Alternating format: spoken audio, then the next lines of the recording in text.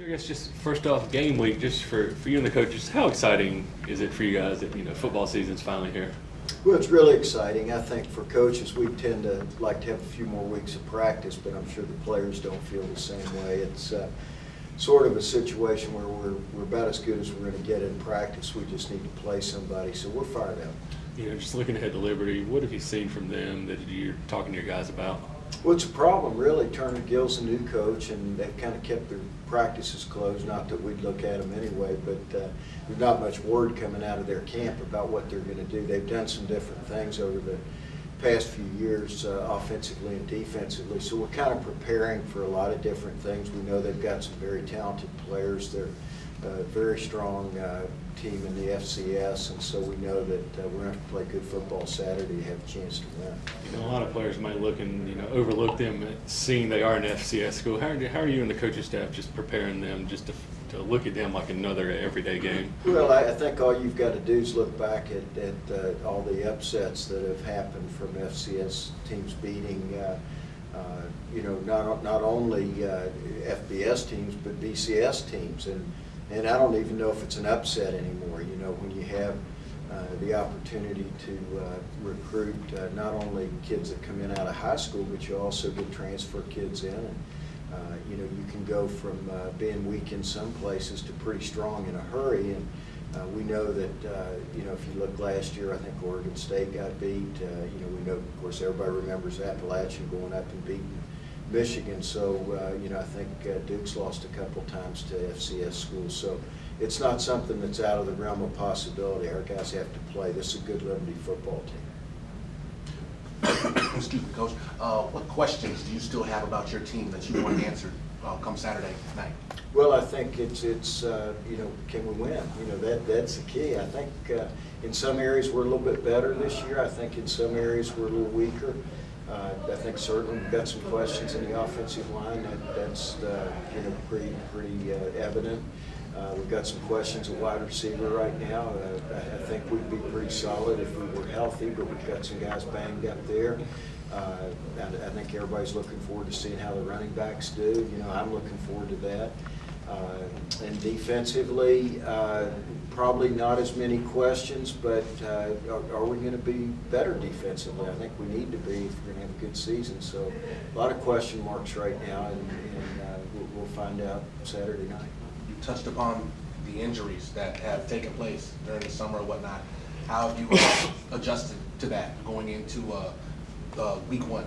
Well, major injuries. Stephen Chase is a bad injury, an ACL, and then Neil Bassford tearing his Achilles tendon. Those are bad injuries, and those are injuries you're really disappointed in. The other injuries that we've had are not major injuries. It may keep kids out a week or two, but we should get them all back. And this is a week where we're trying to get them back. We've got to work hard the first couple of weeks of practice.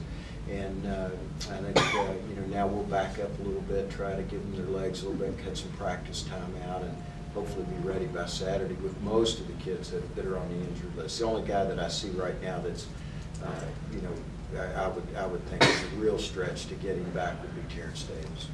All right, so it's not a guarantee you're not a field player or not, but you guys still up in the air. Yeah, I would say Terrence is not up in the air. He's probably out, and we'll see. But the rest of the kids, I think, have a great shot of being ready by Saturday. Is Tanner going to be like an extension of the coaching staff on the field this year, especially for the offense, with the inexperience you have on the offensive line and the experience he brings at the most important position? Well, I think he needs to be a good leader, and he's always been a good leader. As a true freshman, we threw him in too early, and he really didn't have a very good supporting cast. Last year as a sophomore, he had a better supporting cast, and it was obvious in his numbers. He improved quite a bit from one year to the next. This year we've lost some veteran guys on the offensive side, so he's going to have to take care of those guys. I think last year the supporting cast took care of him a little bit. Now he's going to have to take care of them. But I think he's capable of doing that. He's a very mature guy and takes his job very seriously, and I think he has great respect from all the players on their team. Can this defense be dominating this year? Is that an adjective you would put upon them? No, I don't think you can be dominating at this level. It's hard. It's really, really hard. I know each year there are a few teams that you look at and you say, wow, that's maybe as good a defense as there is in the country. But with the offenses, the different offenses, the option teams, the teams that are going to throw the ball 50, 60 times a game, and then the few teams that are going to line up and power football, run it right at you. I think there are just too many different offenses and too many talented players to think you can be dominating. I think what we've got to do is hopefully take advantage of opportunities, hang in there, try to have some 3-and-outs once in a while, and have our share of turnovers, and just play hard-nosed football. I mean, I expect our defense will be improved, but I don't ever expect a defense to be dominating with the people we play. How about the special teams? And what impact will Campanero have returning Case? Are you going to have him there full-time this year, or is spot duty, or what? I think right now we would try to have Camp returning punts. I'm not sure that we'll have him returning kickoffs. We're trying to balance our kicking game out and let different players have opportunities. Most of the guys that are on our special teams also either start or play significant backup roles on offense and defense. So we're going to be careful about how many guys we're asking to be on the field for 4 full quarters.